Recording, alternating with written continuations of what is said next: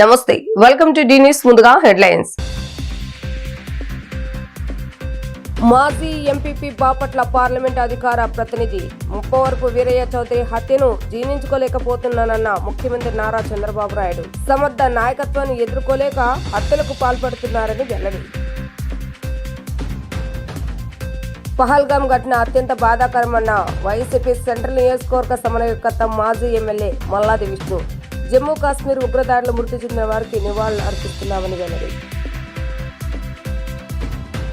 చర్మ కార్మికులకు అత్యాధునిక సాంకేతిక పరిజ్ఞానంతో ఉచితంగా శిక్షణ అందించి ఉద్యోగాల కల్పన కోసం సెటప్ మరియు లీడ్ క్యాప్ల మధ్య ఒప్పందం కుదుర్చుకోవడం జరిగిందన్న ఆంధ్రప్రదేశ్ ఉపాధి కల్పన మరియు వ్యవస్థాపక అభివృద్ధి సంస్థ చైర్మన్ దీపక్ రెడ్డి. మాజీ ఎంపీపీ బాపట్ల పార్లమెంట్ అధికార ప్రతినిధి ముప్పవరపు వీరయ్య చౌదరి హత్యను జీర్ణించుకోలేకపోతున్నానని ముఖ్యమంత్రి నారా చంద్రబాబు నాయుడు ఆవేదన వ్యక్తం చేశారు.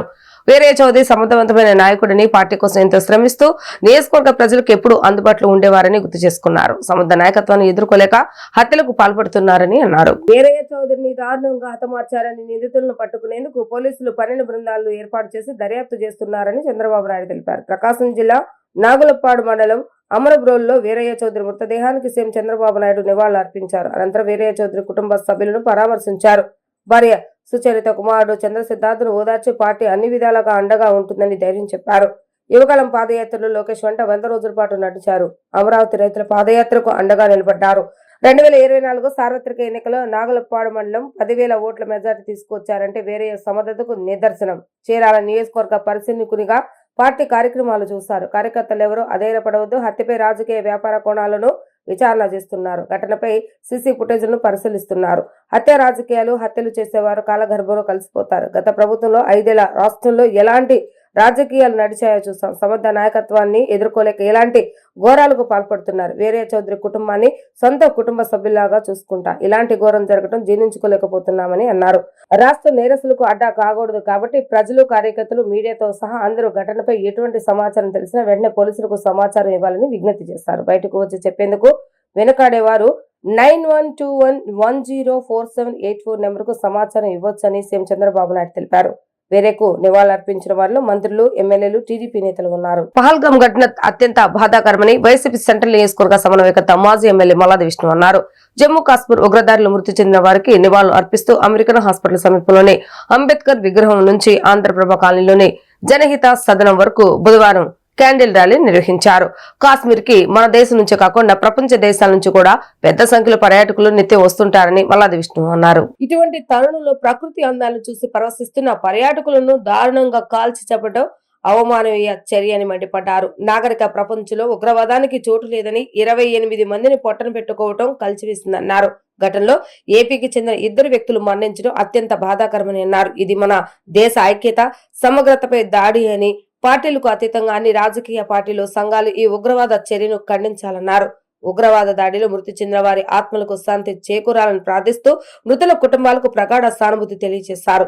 గాయపడిన వారు త్వరగా కోలుకోవాలని కోరుకుంటున్నట్లుగా తెలిపారు. ఇలాంటి మరణకాండను సృష్టించిన ఉగ్రవాదులు త్వరలోనే తగిన మూల్యం చెల్లించుకోక తప్పదంటూ హెచ్చరించారు. అలాగే భవిష్యత్తులో ఎలాంటి ఘటనలు పునరావృతం కాకుండా కేంద్ర ప్రభుత్వం కట్టుదిట్టమైన చర్యలు తీసుకోవాలని సూచించారు. కార్యక్రమంలో పార్టీ శ్రేణులు పెద్ద సంఖ్యలో పాల్గొన్నారు. కాశ్మీర్ లో ఉన్నటువంటి పహల్గాం ప్రాంతంలో దేశంలో నుంచి కాకుండా ప్రపంచం నుంచి కూడా అనేక మంది పర్యాటకులందరూ కూడా ఆ ప్రాంతానికి వస్తూ ఉంటారు. అలాంటి సందర్భంలో ముష్కరులు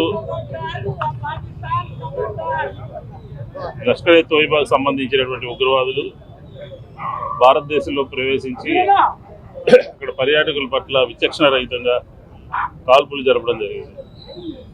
ఆ పర్యాటకులు దాదాపుగా కొంతమంది చనిపోయారు, కొంతమంది గాయాలైన చాలా హృదయ విదారకమైనటువంటి సంఘటన.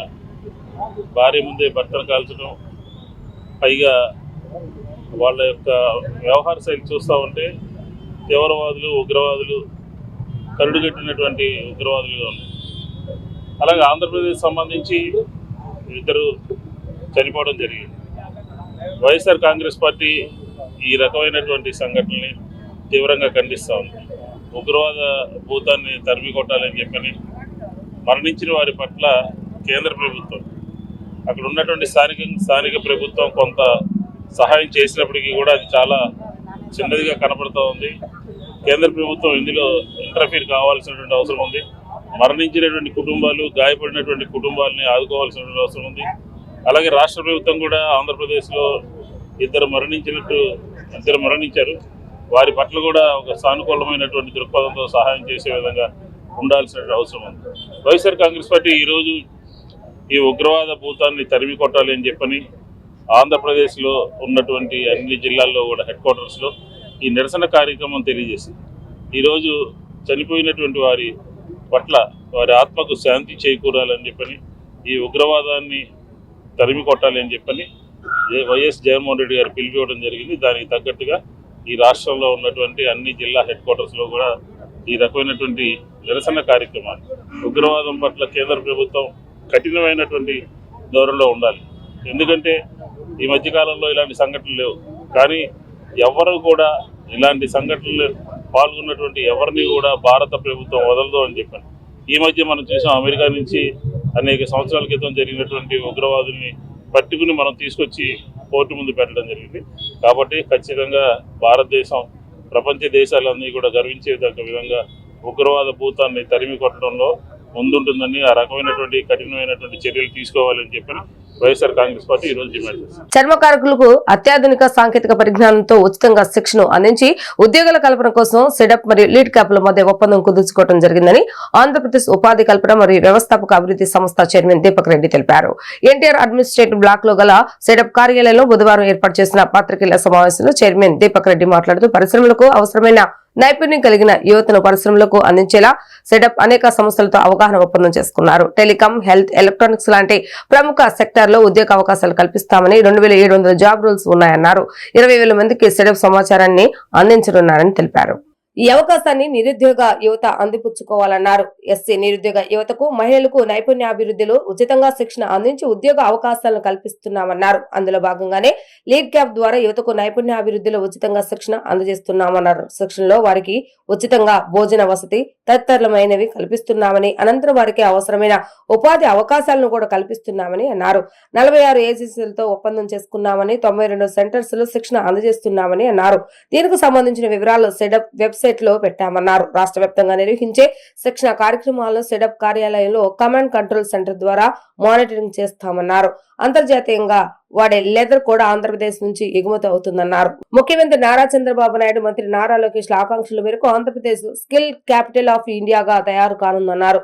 లీడ్ క్యాప్ చైర్మన్ పిల్లి మాణిక్యాలరావు మాట్లాడుతూ చర్మ కార్మికుల అభివృద్ధికి కూటమి ప్రభుత్వం అడుగులు వేస్తుందన్నారు. తోలు సంబంధిత పరిశ్రమ విభాగంలో ఎస్సీ నిరుద్యోగ యువతకు ఉచిత శిక్షణ అందించి వారి జీవనోపాధి మెరుగుపరిచేందుకు ఈ ప్రాజెక్టు చేపట్టామన్నారు. ముఖ్యమంత్రి నారా చంద్రబాబు నాయుడు, మంత్రి నారా లోకేష్ ఆశీస్సులతో ఈ కార్యక్రమాన్ని ముందుకు తీసుకువెళ్తున్నామని అన్నారు.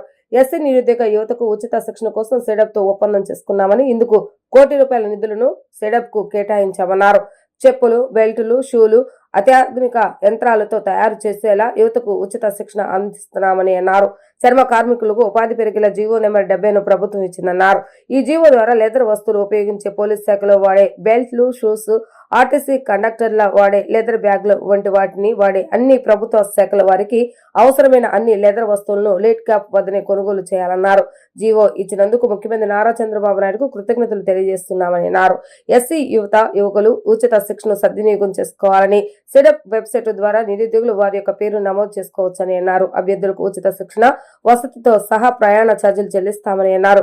అభ్యర్థులకు ఒక్కొక్కరికి ₹32,000 చొప్పున ఖర్చు చేసి ఉచిత శిక్షణ అందజేస్తున్నామని అన్నారు. గిద్దలూరు, జీకొండూరులలో తోలు ఆధారిత తయారీ పరిశ్రమలను ఏర్పాటు చేస్తున్నామని అన్నారు. ఆంధ్రప్రదేశ్ లో తోలు పరిశ్రమ ఉత్పత్తిలో మొదటి స్థానంలో ఉండేదని, కానీ గత ప్రభుత్వ నిర్వాహకం వల్ల తమిళనాడు ఇప్పుడు మొదటి స్థానంలోకి వెళ్ళిందని అన్నారు.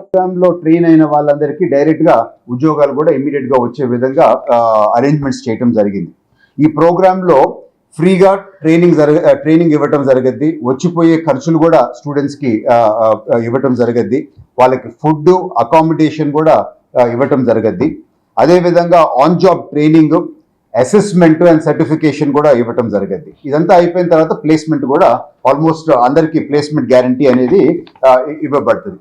సో ఆ డీటెయిల్స్ గురించి మాణిక్యాలరావు గారు, గౌరవ చైర్మన్ గారు ఇప్పుడు మీకు ఫర్దర్ డీటెయిల్స్ దాని గురించి చెప్తారు. సో ఇది ఎస్సీ యువతకి, మహిళలకి, అన్ఎంప్లాయిడ్కి చాలా మంచి జరిగే విధంగా ఇటువంటి ప్రోగ్రామ్ లాంచ్ చేయడం జరుగుతూ ఉంది. తర్వాత సీడాప్ సంస్థలో కూడా జరిగే 1-2 డెవలప్మెంట్స్ మీకు అందరికి తెలపాలనుకుంటున్నాను. ఇప్పుడు దాదాపు కరెంట్గా 46 ఏజెన్సీస్ అంటే 92 సెంటర్స్లో 230 బ్యాచ్లు ట్రైనింగ్ ప్రోగ్రామ్ ఆల్రెడీ ఇప్పుడు జరుగుతూ ఉంది, లాంచ్ చేయడం జరిగింది. సో ఏమేమి కోర్సెస్ ఎక్కడెక్కడ చేస్తున్నారో మన సీడాప్ వెబ్సైట్ ద్వారా మనం డీటెయిల్స్ అన్నీ కూడా ఈరోజు మనం పెట్టడం జరిగింది. సో ఈ 92 సెంటర్లలో అన్ని రకాల సెక్టర్స్ మనం కవర్ చేస్తూ ఉన్నాం. Telecom sector, hospitality sector, automotive, electronics, green jobs, తర్వాత retail sector, health care, IT, ఇట్లా ప్రతి సెక్టర్ కవర్ అయ్యే విధంగా ఈ జాబ్స్ అన్నీ కూడా ఇప్పుడు మనము చేయటం జరుగుతూ ఉంది. సో ఉద్యోగము లేని వాళ్ళకి కూడా చాలా అనుకూలమయ్యే విధంగా ఈ విధంగా ఒక బార్ కోడ్తో మనం తయారు చేసాం. సో ఎక్కడ ఏ గ్రామంలో ఉన్నా కానీ వారు ఈ బార్ కోడ్ పైన స్కాన్ చేసి వారి డీటెయిల్స్ ఎంటర్ చేస్తే డైరెక్ట్గా మా డేటాబేస్కి ఇక్కడ వచ్చేస్తుంది. సో వారికి స్కిల్స్ ఉంటే మాత్రము డైరెక్ట్గా ఉద్యోగం ఇప్పించడం జరుగుద్ది. ఇన్ కేస్ స్కిల్స్ లేకపోతే వాళ్ళని ట్రైనింగ్ ప్రోగ్రాంలో కూడా పెట్టడం జరుగుద్ది.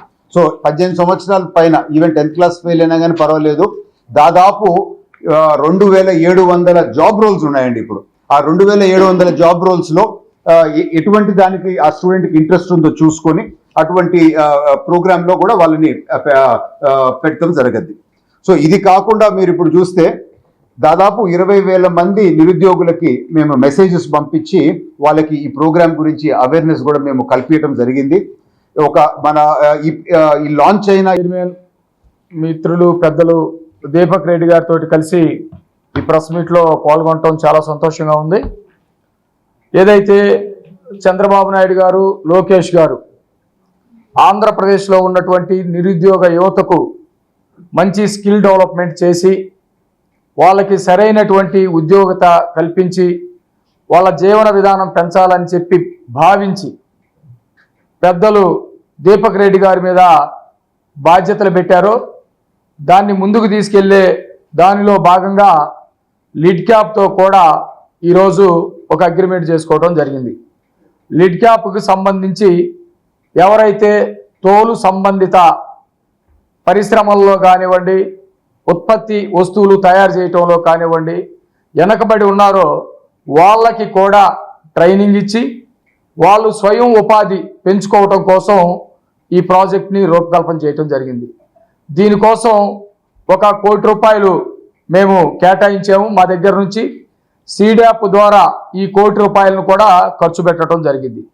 దాదాపు 4-5 జిల్లాల్లో నెల్లూరు, ప్రకాశం, కర్నూలు, గుంటూరు, విశాఖ ఇలాంటి జిల్లాల్లో సెంటర్స్ ఏర్పాటు చేసి ఒక నోటిఫికేషన్ ఇచ్చి ఎవరైతే ఈ చెప్పులు కానివ్వండి, బెల్ట్స్ కానివ్వండి, షూస్ కానివ్వండి, చిన్న మిషన్లతోటి రాష్ట్ర మాల సంఘాల జేఏసీ ఆధ్వర్యంలో మే 12వ తేదీన కాకినాడలోని మెక్లరిన్ హై స్కూల్ ఆవరణలో మాలల మహా రణబేరి కార్యక్రమాన్ని నిర్వహిస్తున్నట్లుగా ఉభయ తెలుగు రాష్ట్రాల మాల సంఘాల జేఏసీ చైర్మన్ పండు అశోక్ కుమార్ తెలిపారు.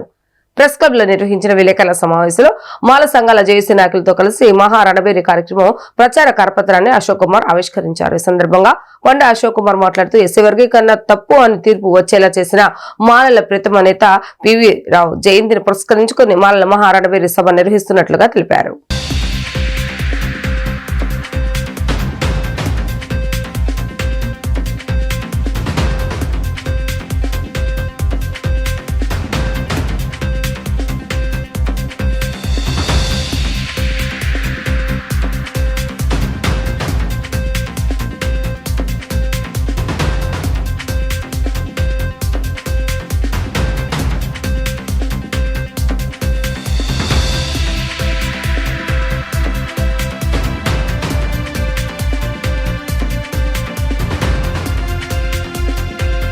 ఈరోజు ఇక్కడ ఈ పాంప్లెట్ ఆవిష్కరణ యొక్క ముఖ్య ఉద్దేశం మే నెల 12వ తేదీన పివి రావు గారి 73వ జయంతి సందర్భంగా పివి రావు గారు అంటే మాలల హక్కుల గురించి మరియు రాజ్యాంగ పరిరక్షణకు తన ప్రాణాన్ని సైతం వదిలిన గొప్ప వ్యక్తి. అటువంటి వ్యక్తి యొక్క జన్మదినోత్సవం అయిన 73వ 73వ జన్మదినోత్సవం మే 10న జరుపుకోవాల్సిన అవసరం ఉంది. కానీ ఆ రోజు రాష్ట్రంలో ప్రతి చోట ఆయన జన్మదినోత్సవం జరుపుకుంటారు కాబట్టి మే 12న భారీగా కాకినాడలో మాలల మహారణబేరి సభగా ఒక సమావేశాన్ని ఏర్పాటు చేయడం జరిగింది. దీని యొక్క ముఖ్య ఉద్దేశం రాష్ట్రంలోనూ ఉభయ రాష్ట్రాల్లో కూడా వర్గీకరణపై అలుపెరుపైన పోరాటం మాల మహానాడు అనేక సంవత్సరాలుగా చేస్తుంది. ఈ పోరాటంలో 2004లో సుప్రీంకోర్టులో చక్కటి తీర్పు సుప్రీంకోర్టు నుంచి తేవడం, దానిలో భాగంగా ఏ రాష్ట్రానికి కూడా వర్గీకరణ చేసే హక్కు లేదని ఆ రోజు సుప్రీంకోర్టు చెప్పడం జరిగింది.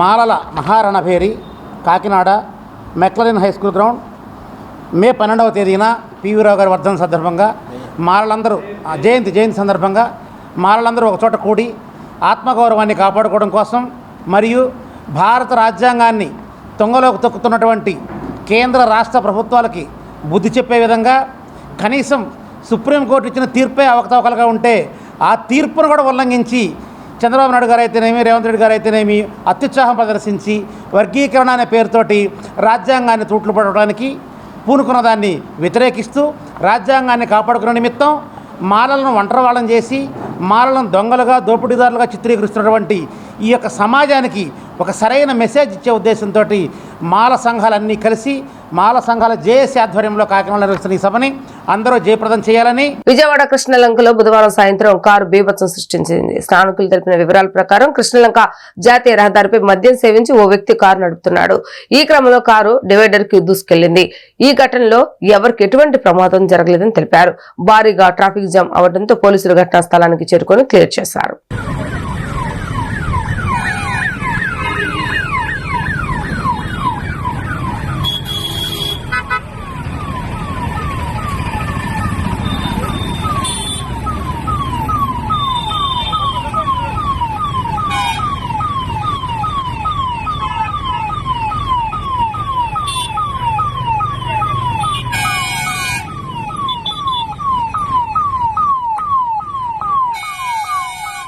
ఎస్వీ రాజశేఖర బాబు ఎన్టీఆర్ జిల్లా పోలీస్ కమిషనరేట్ లో పోలీస్ కమిషనర్ గా బాధ్యతలు స్వీకరించినప్పటి నుంచి రాష్ట్ర డీజీపీ హరీష్ కుమార్ గుప్తా నేతృత్వంలో సాంకేతిక పరిజ్ఞానాన్ని ఆయుధంగా చేసుకుని ఎన్టీఆర్ పోలీస్ కమిషనరేట్ ను సాంకేతిక పరిజ్ఞానంలో దేశానికే తలమానికంగా నిలబెట్టే ధ్యేయంతో స్మార్ట్ గా వ్యవహరిస్తూ టెక్నాలజీని ఉపయోగిస్తూ పలు అద్భుతమైన కార్యక్రమాలు చేపట్టడం జరిగింది. ఈ నేపథ్యంలో గుర్తు తెలియని వాహనాలు ఢీకొని మరణించిన లేదా శాశ్వత అంగవైకల్యం పొందిన వారికి సుప్రీంకోర్టు తీర్పు మేరకు మరణించిన వారి కుటుంబాలకు 2 లక్షల రూపాయలు మరియు శాశ్వత అంగవైకల్యం పొందిన వారికి 50,000 రూపాయలను కేంద్ర ప్రభుత్వం వారు నష్టపరిహారంగా అందజేయడం జరుగుతుందని తెలుసుకుని ఎన్టీఆర్ జిల్లా నగర పోలీస్ కమిషనరేట్ పరిధిలో రోడ్డు ప్రమాదాల బాధితులను ఆర్థికంగా ఆదుకొని న్యాయం చేయాలన్న సహృదయంతో రోడ్డు ప్రమాద కేసుల ఛేదనకై మరియు కేంద్ర ప్రభుత్వం నుండి నష్టపరిహారం అందజేయడానికి కావాల్సిన అన్ని పత్రాలను సేకరించడానికి డీసీపీ కృష్ణమూర్తి నాయుడు నేతృత్వంలో ఒక ప్రత్యేక బృందాన్ని ఏర్పాటు చేశారు.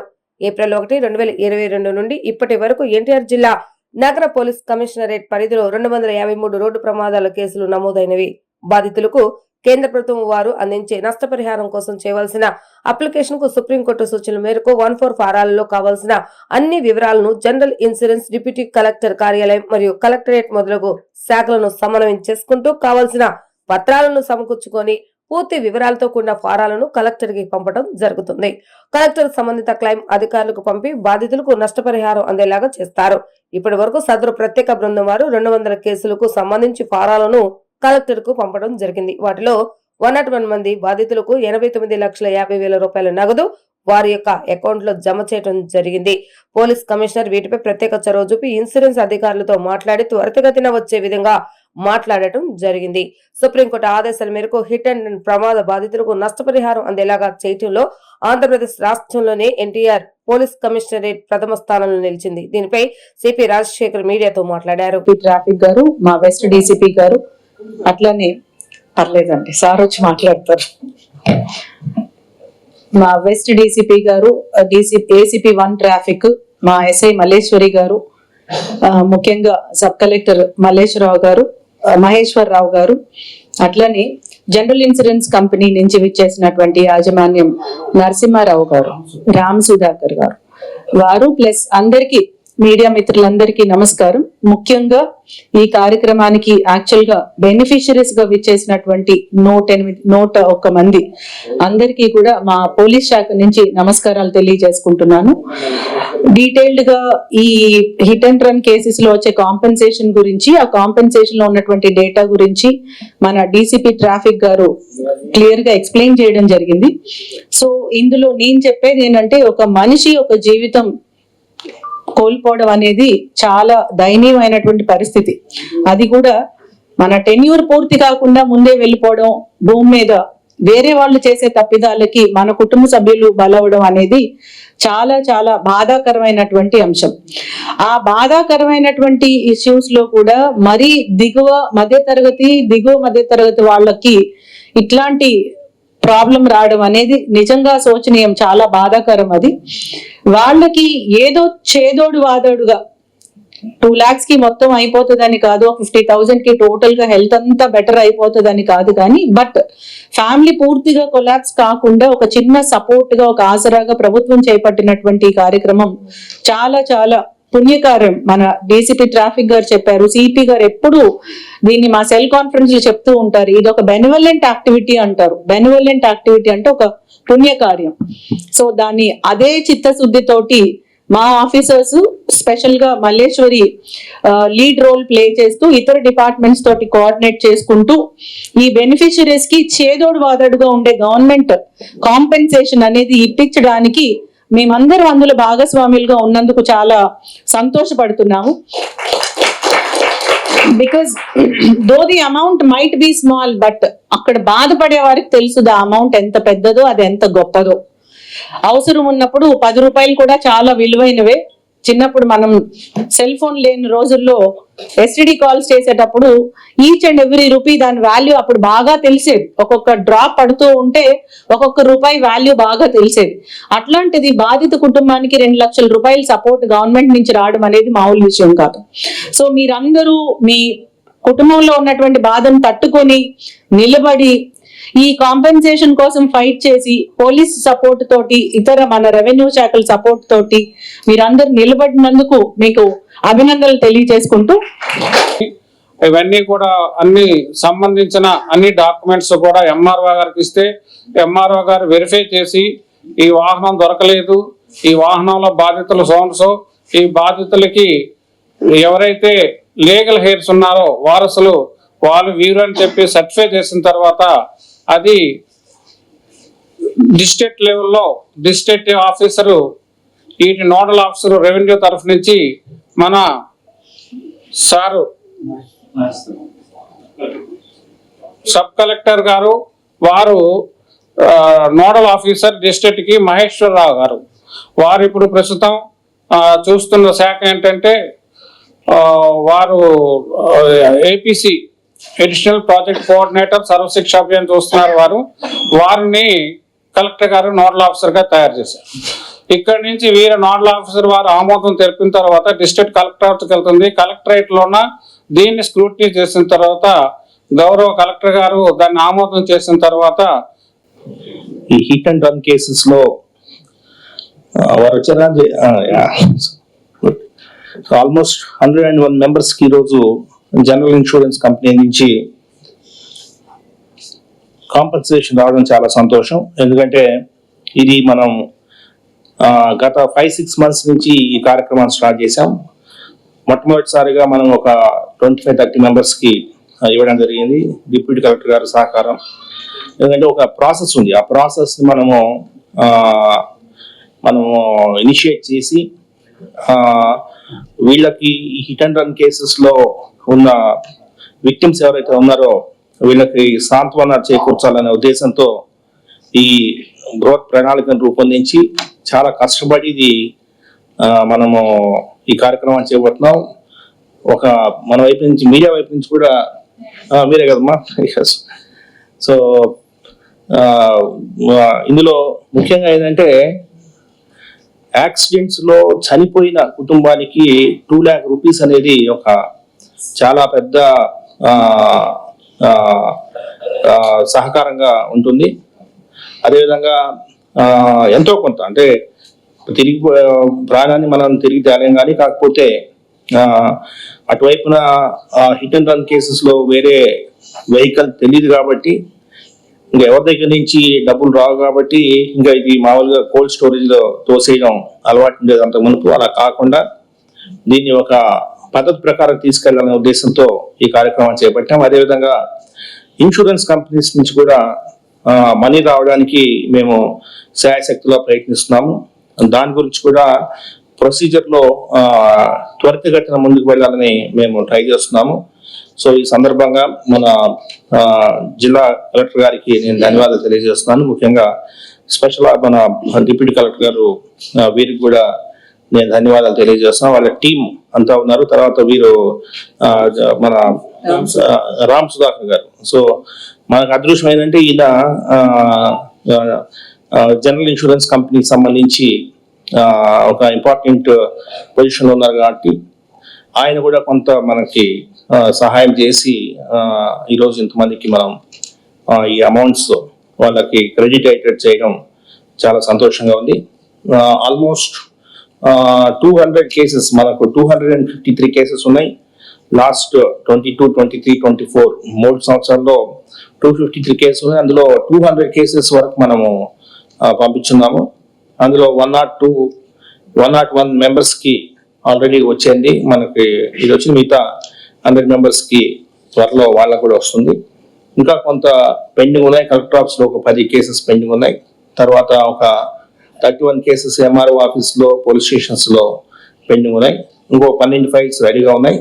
సో ఇందులో చాలా ఇంట్రెస్ట్ పెట్టి పనిచేసిన మల్లీశ్వర్ గారికి ఆమె కూడా నేను ధన్యవాదాలు తెలియజేస్తాను. ఎందుకంటే ఈమె ప్రతి ఇంటికి వెళ్ళి వాళ్ళతో మాట్లాడి దాంట్లో చాలా డాక్యుమెంటరీ వర్క్ ఉంటుంది, కంప్యూటర్లో అప్లోడ్ చేయాలన్నీ ఉంటుంది. ఆమె దగ్గరుండి అన్ని చేసింది, చాలా సంతోషం. ఎందుకంటే ఆమె కూడా అంతకుముందు చెప్పాను, ఆమె కూడా ఒక విక్టిమ్ గా ఉన్నది. వాళ్ళ హస్బెండ్ ఏఎస్ఐగా ఉంటూ రోడ్ యాక్సిడెంట్లో ఎలక్షన్ రోజు చనిపోవడం జరిగింది. సో ఆమెకు ఆ బాధ తెలుసు కాబట్టి ఆమె ఈ కేసెస్ చాలా జాగ్రత్తగా, ఎందుకంటే చాలా పెద్ద లెబోరియస్ ప్రాసెస్, అది ఆమె చేయడం చాలా సంతోషం. ఆమెను కూడా నేను అభినందిస్తూ మీకందరికి కూడా ధన్యవాదాలు తెలియజేస్తూ ఎన్టీఆర్ పోలీస్ కమిషనరేట్ కొత్త వరవడిని సృష్టిస్తూ ముందుకు వెళ్ళాలా. ఎందుకంటే ప్రతి దాంట్లో కూడా ఒకవైపున సేఫ్టీ కల్చర్ కావచ్చు, ప్రజల శాంతి భద్రతల విషయంలో ప్రజల మన్ననలు పొందేలాగా ఎన్టీఆర్ పోలీస్ కమిషనరేట్ ముందుకు పోతుంది. ఈ మధ్యన మీకు అందరికి తెలుసు, ఒక సేఫ్టీ కల్చర్ ని ఇన్కల్కేట్ చేస్తూ సురక్ష అనే ప్రోగ్రామ్ టేకప్ చేశాము. ఇప్పటికే దాదాపు 3000 కెమెరాలు ఎన్టీఆర్ కమిషనరేట్ పెట్టాము. ప్రజల భద్రత మాకు ముఖ్యం. సో వారికి అన్ని విధాల సహాయ సహకారాన్ని అందించడానికి పోలీస్ శాఖ ఎల్లప్పుడూ ముందుంటుందని తెలియజేస్తూ 10వ తరగతి పరీక్షా ఫలితాలు వంటను శ్రీ చైతన్య బ్రాంచ్ విద్యార్థులు విజయడంకం మోగించారు. హాస్నేని విద్యార్థిని 600కి గాను 594 మార్కులు సాధించి తమ ప్రతిభను చాటింది. 580కి పైగా 10 మంది విద్యార్థులు సాధించినట్టుగా స్కూల్ ప్రిన్సిపల్ సునీత తెలిపారు. అమృత, హిమమాద్రి, వర్ణిక తర్వాత స్థానాల్లో నిలిచినట్లుగా తెలిపారు. బుధవారం విడుదలైన 10వ తరగతి పరీక్షా ఫలితాల్లో వన్ టౌన్ శ్రీ చైతన్య పాఠశాల విద్యార్థులు విజయకేతనం ఎగురవేశారు. ఈ సందర్భంగా స్కూల్ ప్రిన్సిపల్ సునీత విద్యార్థులతో కలిసి కేక్ కట్ చేసి వేడుకలు జరుపుకున్నారు. అనంతరం ఆమె మాట్లాడుతూ 600కు గాను 594 మార్కులు సాధించి హాస్ని అనే విద్యార్థిని మొదటి స్థానంలో నిలిచినట్లు చెప్పారు. 60% విద్యార్థులు 500కు పైగా మార్కులు, 580కి పైగా 10 మంది విద్యార్థులు మార్కులు సాధించినట్లు చెప్పారు. అదేవిధంగా పరీక్షా ఫలితాల్లో 100% ఉత్తీర్ణత వచ్చినట్లు ఆమె వెల్లడించారు. ఈ సందర్భంగా విద్యార్థులకు అభినందనలు తెలిపారు. అధ్యాపక సిబ్బంది విద్యార్థులు పడిన కష్టం వల్ల ఈ ఫలితాలు సాధించినట్లు చెప్పారు. ఈ సందర్భంగా విద్యార్థులతో కలిసి అధ్యాపక సిబ్బంది కేక్ కట్ చేసి సంబరాలు చేసుకున్నారు.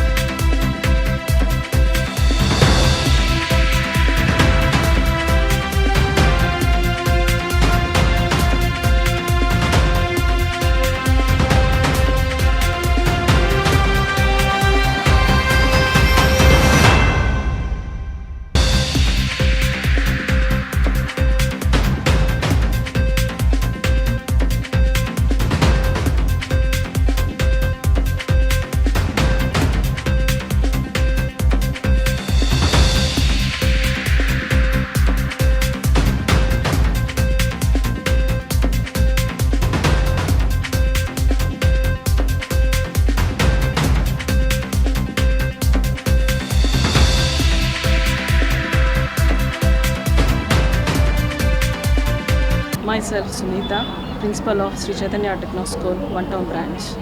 I am taking privilege to announce that our branch, Sri Chaitanya Techno School, One Town Branch, got the best result in One Town area. I am proudly announce that Hasini got 594 marks, top mark in our One Town Branch. Not only that, Amruta, Himamaduri, Varnika, these three got the top 3 marks. And 500 above, we got 60% of students. 60% students got 500 above marks, and 580 above 10 members got with 100% pass percentage.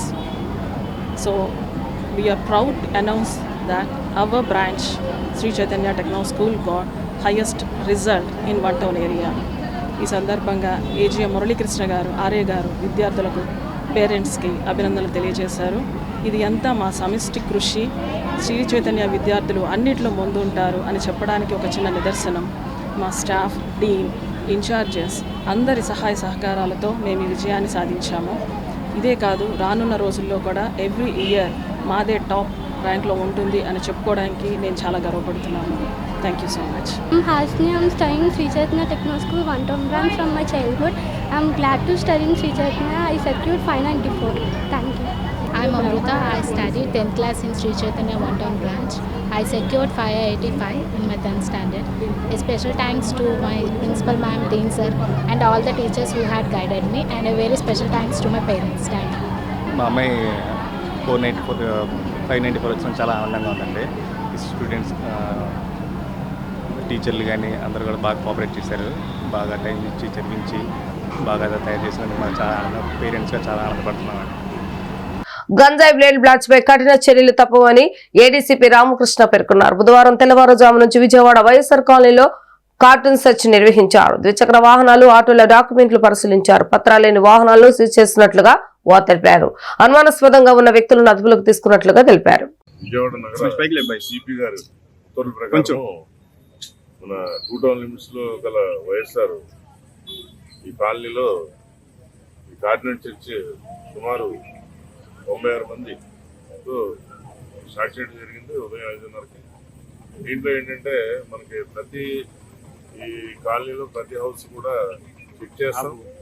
దీంట్లో మనకి అనుమానితులు ఎవరున్నా కూడా ఇక్కడ iris చేయటం కానీ, అలాగే మన దగ్గర ఉన్న పెండింగ్ ఎన్బిడబ్ల్యూస్ వీటి గురించి వాళ్ళ అదుపులో తీసుకోవడం కానీ, ఇంకేదైనా అసాంఘిక కార్యక్రమాలు అంటే లైక్ గంజాయి కానీ, లేకపోతే లెక్కర్ బెల్ట్ షాప్స్ కానీ, ఇటువంటి కూడా ఈ తనిఖీల్లో భాగంగా మనం చెక్ చేయడం జరుగుతుంది. మీకు మరలా మన సిఏ గారు ఇదంతా అయిన తర్వాత మీకు గ్రూప్లో ఎన్ని వెహికల్స్ సీజ్ చేశారు, ఈ లైసెన్స్ లేకుండా ఏంటనేది, ఎంతమందిని అదుపులో తీసుకోవడం జరిగింది అనేది మీకు తెలియపరుస్తుంది. గుర్తిస్తాం. ఇప్పుడే స్టార్ట్ చేసాం, 5:30 స్టార్ట్ చేసాం. అదుపులో తీసుకుంటాం. డెఫినెట్ గా అందరూ దొరుకుతారు చాలా మంది.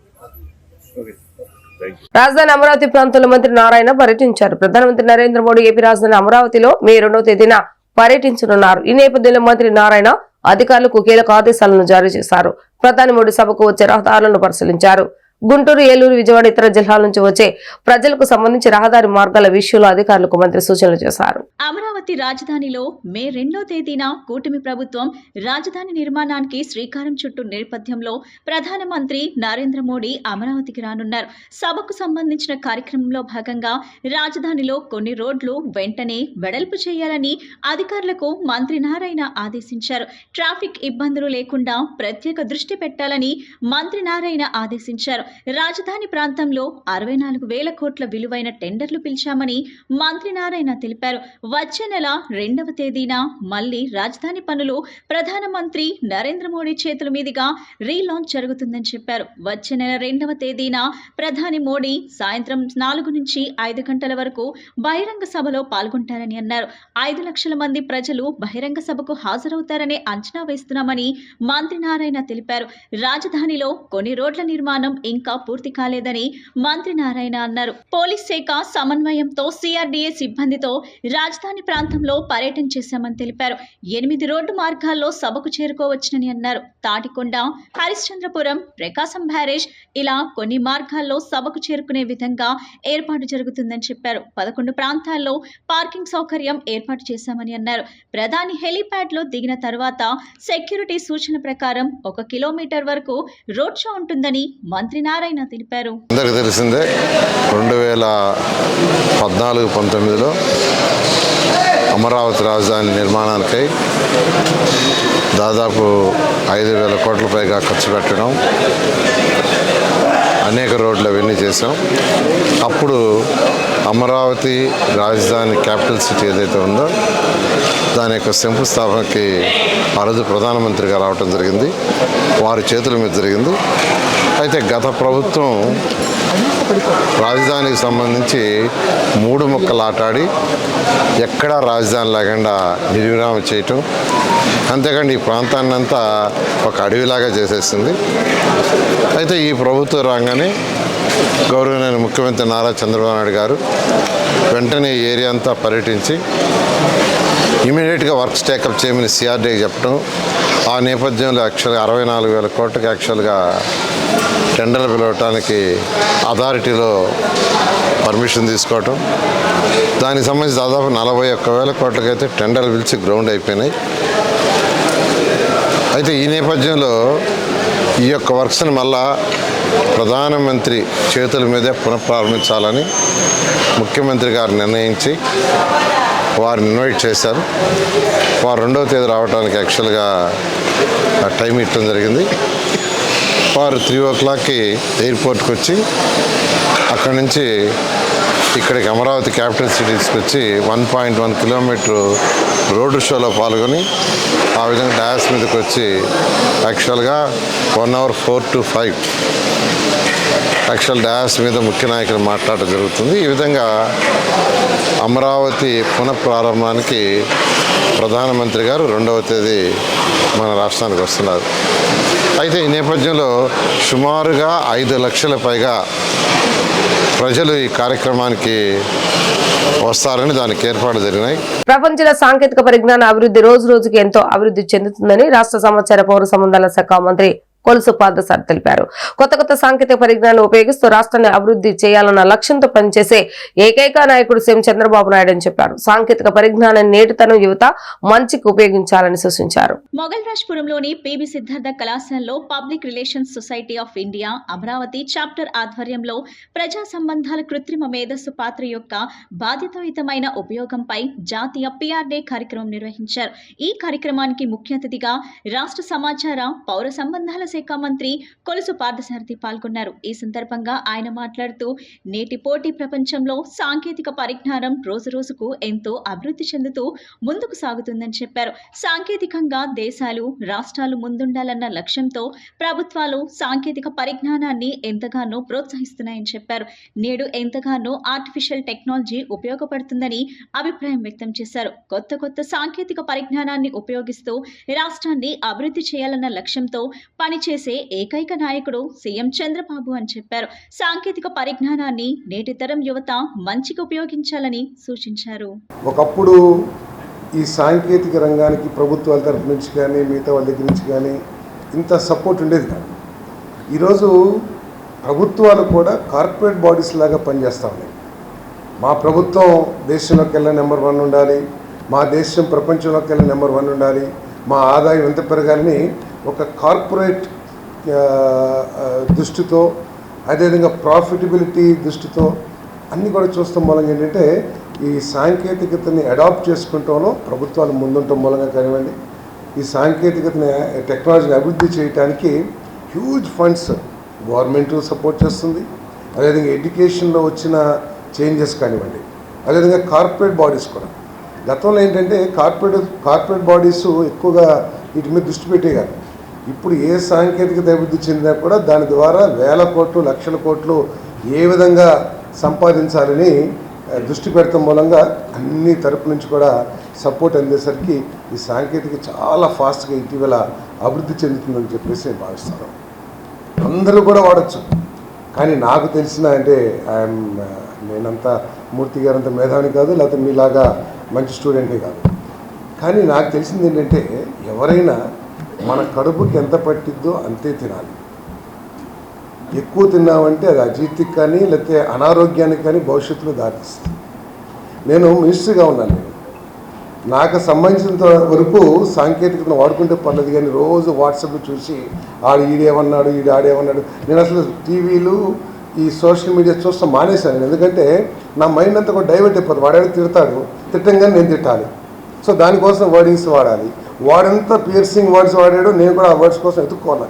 నాకు తెలియకపోతుంది, చదువుకున్నప్పుడు ఆ వర్డ్స్ లేదు. మరి మూర్తి గారు చెప్పినట్టు గతంలో అటువంటి లాంగ్వేజ్ లేదు కాబట్టి. రాహుల్ గాంధీ, సోనియా గాంధీ చిత్రపటాలను దహనం చేసిన బీజేపీ యువమోర్చా నాయకులను వెంటనే అరెస్టు చేయాలని కాంగ్రెస్ నాయకులు పీటర్ జోసెఫ్ తెలిపారు. కాంగ్రెస్ పార్టీ అగ్ర నాయకులు సోనియా గాంధీ, రాహుల్ గాంధీ చిత్రపటాన్ని దహనం చేసిన బీజేపీ యువమోర్చా నాయకులను శిక్షించాలంటూ ఎన్టీఆర్ జిల్లా యువజన కాంగ్రెస్ ఆధ్వర్యంలో ఆంధ్రరత్న భవన్ నందు నిరసన కార్యక్రమాన్ని నిర్వహించారు. కాంగ్రెస్ పార్టీ అగ్రనాయకులు సోనియా గాంధీ, రాహుల్ గాంధీపై తప్పుడు కేసు బనాయించడం రాజ్యాంగ విరుద్ధం. నేషనల్ హెరాల్డ్ పత్రిక ఆనాటి ప్రధానమంత్రి జవహర్లాల్ నెహ్రూ తన పుత్రిక అయిన ఇందిరాగాంధీకి పుట్టినరోజు కానుకగా నేషనల్ హెరాల్డ్, నవజీవన్, అవామీ ఆవాజ్ కానుక ఇచ్చారని, దానికి ఆ పత్రికకు బీజేపీకి ఎటువంటి సంబంధం లేదని చెప్పారు. 2004-2009లో కాంగ్రెస్ పార్టీ అధికారంలో ఉన్నప్పుడు బీజేపీ ఓర్వలేక మాజీ ఎంపీ సుబ్రహ్మణ్య స్వామి చేత తప్పుడు కేసు దాఖలు చేశారని ఎన్టీఆర్ జిల్లా యువజన కాంగ్రెస్ అధ్యక్షులు పీటర్ జోసెఫ్ విరుచుకుపడ్డారు. బీజేపీ ప్రభుత్వం రాహుల్ గాంధీ, సోనియా గాంధీపై ఛార్జ్షీట్ దాఖలు చేశారని, కోర్టులో కేసు పెండింగ్ ఉండగా ప్రాథమిక పరిజ్ఞానం లేని బీజేపీ రాష్ట్ర మరియు జిల్లా యువ నాయకులు చర్యలు తీసుకోమని, సోనియా గాంధీ, రాహుల్ గాంధీ చిత్రపటాన్ని దహనం చేయటం న్యాయ వ్యవస్థ మీద ఒత్తిడి మరియు దాడి చేయటమని అన్నారు. బీజేపీ యువ మోర్చా దోషులపై చర్యలు తీసుకోవాలని డిమాండ్ చేశారు. ఏదైతే కేంద్ర బీజేపీ ప్రభుత్వం రాహుల్ గాంధీ గారి యొక్క శక్తి సామర్థ్యాలను ఎదుర్కోలేక ఒక గాంధీ కుటుంబం నుంచి వచ్చినటువంటి నిస్వార్థ రాజకీయ నాయకుడు, ప్రజానాయకుడు, clean chit politician in India Rahul Gandhi గారి మీద వాళ్ళ ఈడీలో ఆ తల్లిగారు అయినటువంటి సోనియా గాంధీ గారిని A1గా A2గా రాహుల్ గాంధీ గారిని పెట్టడం అమానుష్యం. భారత రాజ్యాంగ విలువల్ని, ఫండమెంటల్ రైట్స్ని కూడా ఇవాళ భూస్థాపితం చేస్తున్నాడు నరేంద్ర మోడీ గారు. ఈడీని అడ్డం పెట్టుకుని, సిబిఐని అడ్డం పెట్టుకుని దేశంలో ఉన్నటువంటి రాజకీయ నాయకులందరూ కూడా బ్లాక్మెయిల్ చేస్తున్నాడు. అందులో భాగంగానే ఇవాళ మేము ఈ నిరసన కార్యక్రమాన్ని తెలియజేస్తున్నాం. ఏదేమైనప్పుడు కూడా ప్రజాస్వామ్యంలో ప్రజల కోసం, ప్రజల కొరకు, ప్రజల చేత ఏం కావాలంటే అది రావాలనే ఒక గొప్ప ఆశయంతో వాళ్ళు రాహుల్ గాంధీ గారు పనిచేస్తున్నారు. ఎన్నో అసందర్భమైనటువంటి చట్టాలు పార్లమెంట్లో తీసుకొస్తాను ఎదురెట్టి పోరాడే మగధీరుడు రాహుల్ గాంధీ గారు. వీటికి ఈడీలకి, సిబిఐకి, ఇన్కమ్ ట్యాక్స్ డిపార్ట్మెంట్కి తెలిసేవాడు కాదు. నా పేరు పీటర్ జోసెఫ్, ఎన్టీఆర్ జిల్లా యువజన కాంగ్రెస్ అధ్యక్షుడిని. 2 రోజుల క్రితం బీజేపీ యువ మోర్చా వారు ఏదైతే మన ప్రియతమ నాయకుడు రాహుల్ గాంధీ గారి, సోనియా గాంధీ గారి చిత్రపటాన్ని కాల్చివేశారో దానికి నిరసిస్తూ ఈరోజు ఎన్టీఆర్ జిల్లా యువజన కాంగ్రెస్ ఆధ్వర్యంలో ఆంధ్రరత్న భవనం దగ్గర ఈరోజు కార్యక్రమం నెరవేరుస్తున్నాం. రాహుల్ గాంధీ గారి గురించి ఈ బీజేపీ నాయకులకి ఏం తెలుసని నేను సూటిగా ప్రశ్నిస్తున్నాను. ఆయనకి యువ రాజ్యసం ఉన్నా, రాజుగా బతకాల ఆశ ఇదిగా ఉన్నా, ఆయన ఏనాడు రాజుగా ఇదిగా హోందాతనం ఎప్పుడు ప్రవర్తించాలి. ప్రజల కోసం ప్రజాక్షేత్రంలో అనుక్షణం పోరాటం చేసే రాహుల్ గాంధీ గారిని అవమానించడం చాలా బాధాకరం. డిప్యూటీ స్పీకర్ రఘురామరాజు నియోజకవర్గం ఉండి గ్రామంలో గత 40 సంవత్సరాల నుండి నివాసం ఉంటున్న 600 ఇళ్లను కూల్చివేసి మరో 400 ఇళ్లు కూల్చడానికి సిద్ధమయ్యారని సిపిఎం రాష్ట్ర కార్యదర్శి శ్రీనివాసరావు ఆవేదన వ్యక్తం చేశారు. అల్లూరి సీతారామరాజుని బ్రిటిష్ వాళ్లు చంపితే ఉండి నియోజకవర్గంలో సీతారామరాజు నగర్ ని నేడు కూటమి ప్రభుత్వం దుర్మార్గంగా పేదల ఇళ్లను కూల్చడం సరికాదని ఆగ్రహం వ్యక్తం చేశారు. కూల్చివేతలను అడ్డుకుంటున్న సిపిఎం నేతలపై పేద ప్రజలపై ప్రభుత్వం అక్రమంగా కేసులు బనాయించడం అని ఆరోపించారు. బాణోత్సవ భవనంలో సిపిఎం రాష్ట్ర కమిటీ నేతలు ఉండి నియోజకవర్గంలో పేదల ఇళ్లను కూల్చివేసిన చిత్రాలను ప్రదర్శనగా ఏర్పాటు చేశారు. ఈ సందర్భంగా సిపిఎం రాష్ట్ర కార్యదర్శి శ్రీనివాసరావు మాట్లాడుతూ ఉండి నియోజకవర్గంలో డిప్యూటీ స్పీకర్ చేస్తున్న అరాచకాలను ముఖ్యమంత్రి చంద్రబాబు నాయుడు జోక్యం చేసుకోవాలని సూచించారు. రామకృష్ణంరాజు బంధువులు ప్రభుత్వ స్థలాన్ని ఆక్రమించుకొని షాపులు నిర్మాణం చేసి అద్దెకిస్తున్న వైనంపై ప్రభుత్వం ఎలాంటి చర్యలు తీసుకోవటం లేదని చెప్పారు. 40 ఏళ్ల నుండి నివాసం ఉంటున్న పేదల ఇళ్లను అన్యాయంగా కూల్చివేయటం సరికాదని కోరుతున్నారు. ప్రభుత్వం చర్యలు తీసుకోకపోతే పేదల పక్షాన ఆందోళన చేపడతామని హెచ్చరించారు. రోజు చాలా దారుణమైన వార్త నిన్న మనందరం కూడా మొత్తం దేశాన్ని కలిచివేసినటువంటి ఘటన కాశ్మీర్లో జరిగింది. కాశ్మీర్లో ఉగ్రవాదుల దాడిలో చనిపోయినటువంటి వాళ్ళందరికీ కూడా మా పార్టీ రాష్ట్ర కమిటీ తరఫున మేము వాళ్ళకి శ్రద్ధాంజలి ఘటిస్తున్నాం. చాలా దారుణమైన ఘటన ఇది. ఇంత దారుణమైన ఘటన కాశ్మీర్లో జరగటానికి, ఉగ్రవాదులు పేటరేగిపోవటానికి ఈరోజు కేంద్ర ప్రభుత్వం మోడీ దీనికి బాధ్యత వహించాలి. 370 ఆర్టికల్ రద్దు చేయడంతో ఉగ్రవాదం కంట్రోల్లోకి వచ్చేసింది లేదు అని పదే మోడీ అమిత్ షా చెప్పే మాటలు మాయమాటలే తప్ప వాస్తవం కాదు. కాశ్మీర్ ప్రజల్ని కాన్ఫిడెన్స్లోకి, విశ్వాసంలోకి తీసుకోకుండా కాశ్మీర్లో ఉగ్రవాద సమస్య పరిష్కారం కాదు. ప్రజలను పాకిస్తాన్కు అప్పచెప్పి భూభాగాల కోసం వీళ్ళు పోరాడుతున్నట్టుగా కనిపిస్తుంది. ఇది మన దేశ ఐక్యతకి చాలా తీవ్రమైన ప్రమాదకరమైన ఇది. కానీ ఉగ్రవాదాన్ని ఎదుర్కోవట్లో కాశ్మీర్ ప్రజల్ని భాగస్వాములు చేయాలి, కఠినంగా చర్యలు తీసుకోవాలి. రాష్ట్ర ప్రభుత్వాలను కూల్చే పనులు అమిత్ షా బిజీగా ఉన్నాడు తప్ప ఉగ్రవాదాన్ని ఎదుర్కోవటం మీద మాత్రం శ్రద్ధ పెట్టడం లేదు. అందుకని మా పార్టీ తరఫున కాశ్మీర్లో ప్రశాంత వాతావరణాన్ని కల్పించడానికి కేంద్ర ప్రభుత్వం తక్షణం చర్యలు తీసుకోవాలి. భారతదేశం గర్వించదగినటువంటి ప్రాంతం అది. ఆ ప్రజల్ని, ఆ భూభాగాన్ని కాపాడాలని చెప్పి మేము కోరుతున్నాం. ఇక మన రాష్ట్రంలో ప్రధానమైనటువంటిది ఇప్పుడు ఉండి నియోజకవర్గం. ఇది అందరికీ తెలుసు, చాలా ప్రఖ్యాతిగాంచిన నియోజకవర్గం. మన అసెంబ్లీ డిప్యూటీ స్పీకర్ రఘురామకృష్ణరాజు గారు ప్రాతినిధ్యం వహిస్తున్నటువంటి నియోజకవర్గం. అందువల్ల రాష్ట్ర ప్రజలందరికీ కూడా ఆ నియోజకవర్గం గురించి తెలుసు. అక్కడ ఇప్పుడు విధ్వంసకాండ జరుగుతున్నది. గత 3 మాసాల్లో దాదాపు 800 పేదల వాళ్ళ గుడిసెల్ని బుల్డోజర్లు పెట్టి అక్రమంగా, అన్యాయంగా, దుర్మార్గంగా కూల్చేశారు. పాయకాపురం గాయత్రి ఎడ్యుకేషన్ ఇన్స్టిట్యూషన్ నుండి 10వ తరగతి పరీక్షకు హాజరైన విద్యార్థులు 99% మంది ఉత్తీర్ణత సాధించగా 50% మందికి పైగా విద్యార్థులు 500కు పైగా మార్కులు సాధించారు. ఇందులో ఆకాష్ అనే విద్యార్థికి 584 మార్కులు సాధించి ప్రథమ స్థానంలో నిలిచాడని తెలిపారు. విద్యార్థులకు ఒత్తిడి లేని విద్యను అందజేయడమే తమ యొక్క ముఖ్య లక్ష్యమని Gayatri education institution director Abhilash అన్నారు. విజయవాడ పాయకాపురంలో 35 సంవత్సరాలుగా విద్యను అందిస్తున్న గాయత్రి ఎడ్యుకేషనల్ ఇన్స్టిట్యూషన్ 10వ తరగతి ఫలితాల్లో మరోసారి విజయ ధుమంకి మోగించింది. ఈ ఏడాది పరీక్షలకు హాజరైన విద్యార్థుల్లో 99% మంది ఉత్తీర్ణత సాధించగా 50% మందికి పైగా విద్యార్థులు 500కి పైగా మార్కులు సాధించారు. ఇందులో ఆకాష్ అనే విద్యార్థి 584 మార్కులు సాధించి ప్రథమ స్థానంలో నిలిచాడు. జి సాయి శిరీష 582 మార్కులు, పి మౌనిక రాజశ్రీ 582 మార్కులు సాధించి తర్వాత స్థానాల్లో నిలిచారు. ఫలితాల నేపథ్యంలో పాఠశాల యాజమాన్యం విద్యార్థులతో కలిసి సంబరాలు నిర్వహించింది. బాణాసంచా కాల్చి స్వీట్లు పంచుతూ విజయాన్ని జరుపుకున్నారు. ఈ సందర్భంగా డైరెక్టర్ అభిలాష్ మాట్లాడుతూ గత 35 ఏళ్లుగా తమ పాఠశాల 10వ తరగతి ఫలితాల్లో మంచి ప్రదర్శన కనబరుస్తుందని అన్నారు. విద్యార్థులకు ఒత్తిడి లేని విద్యను అందించడమే తమ సంస్థ ముఖ్య లక్ష్యమని పేర్కొన్నారు. ఈ విజయానికి కారకులైన ప్రతి ఉపాధ్యాయునికి హృదయపూర్వక ధన్యవాదాలను తెలిపారు. ఈ కార్యక్రమంలో స్కూల్ ప్రిన్సిపల్ మంజుష, అధ్యాపక సిబ్బంది తదితరులు పాల్గొన్నారు.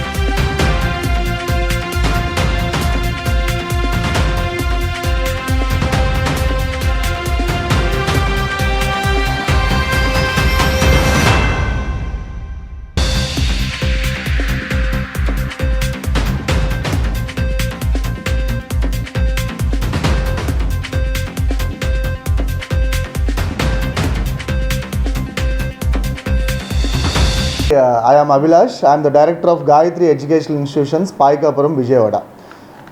మా గాయత్రి స్కూలు ఈ సంవత్సరానికి 35 సంవత్సరాలు పూర్తి చేసుకొని 36th ఇయర్లోకి మేము ఎంటర్ అవుతున్నాం. అయితే ఈ 35 ఇయర్స్ నుంచి కూడా ఎస్ఎస్సి అంటే 10th క్లాస్ రిజల్ట్స్లో మేమే ఈ ఏరియాలో టాప్ అని ఎప్పుడూ చెప్తూ ఉంటాం. అయితే ఈ ఇయర్ కూడా 584 మార్క్స్ పిఎంసి ఆకాష్ అనే స్టూడెంట్కి 584 మార్క్స్ వచ్చినాయి.